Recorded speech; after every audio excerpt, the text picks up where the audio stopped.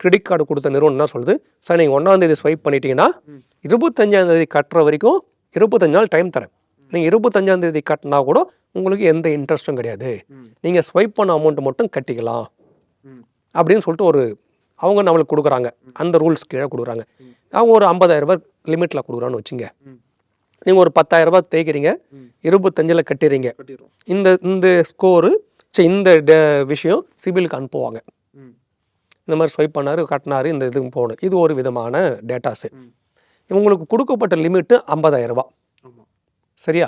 இப்போ இந்த 50,000 ரூபாய் வந்து என்ன பண்ணுவீங்கன்னா, 1ஆம் தேதி சொல்கிற மாதிரி ஸ்வைப் பண்ணுறீங்க. ஒட்டுமொத்த லிமிட்டையும் 50,000 ஸ்வைப் பண்ணுறீங்க. உங்களுக்கு தேவை ஏதோ ஸ்வைப் பண்ணிட்டீங்க. சொல்லி வச்ச மாதிரி 25ஆம் தேதி கட்டிடுறீங்க.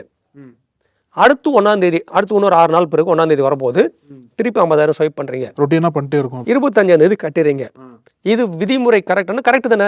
கரெக்ட். ஆமாம். ஏன்னா அவங்க கொட்டும் விதிமுறைக்குள்ள தான் நான் இருக்கேன். நீங்கள் சொன்ன மாதிரி எடுக்கிறோம், கட்டுறோம், திருப்பி கட்டுறோம். இந்த தகவலும் போகும், கிரெடிட் ஸ்கோர் நிறுவனங்களுக்கு போகும்.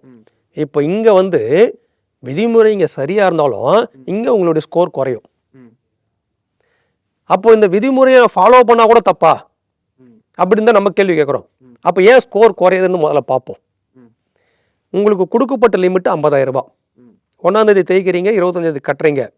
இப்போ இந்த சிபிலோட கணக்கில் என்ன எடுப்பாங்கன்னா, அவங்க இந்த மற்ற நிறுவனத்தோட எக்ஸ்பீரியனோட கணக்கில் எடுக்கிறாங்கன்னா, இவர் முழுக்க தன்னுடைய வாழ்க்கையை, மாதத்தை இந்த கிரெடிட் கார்டில் மட்டும்தான் வாழறாரு.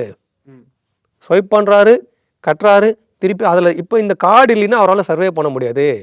ரொம்ப கிரிட்டிக்கல் பொசிஷனில் இருக்கார் பொழுது அவர். நாளைக்கு அந்த வங்கி அவரோட கிரெடிட் கார்டை முடக்கிடுச்சுன்னா, இல்லை லிமிட்டை குறைச்சிடுச்சுன்னா, அடுத்த மாதத்துலேருந்து இவரால் சர்வே பண்ண முடியறதுக்கு கஷ்டப்படுவார் பொழுது. இதெல்லாம் காரணம் வச்சு உங்கள் ஸ்கோரை குறைக்கும்.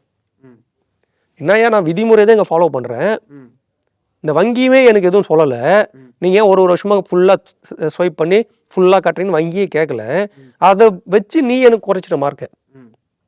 இது ஒரு விதத்தில் குறைக்கும். இது யாருக்கும் தெரியாது. ஏன்னா இங்கே நம்ம தான் கரெக்டாக கட்டுறமேன்னு பார்க்குறோம். இங்கே ஒன்று ஆச்சுங்களா? ரெண்டாவது, ஒரு வங்கியில் முதல்ல ஒரு லோன் எடுக்கிறோம்.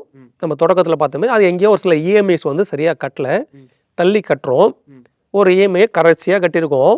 இதெல்லாம்னால ஒரு ஸ்கோரு குறைஞ்சிருக்கு, நியாயமாக குறைஞ்சிருக்கு. இப்போ அடுத்த வங்கியில் எதுவுமே நம்ம லோனு கேட்குறோம்.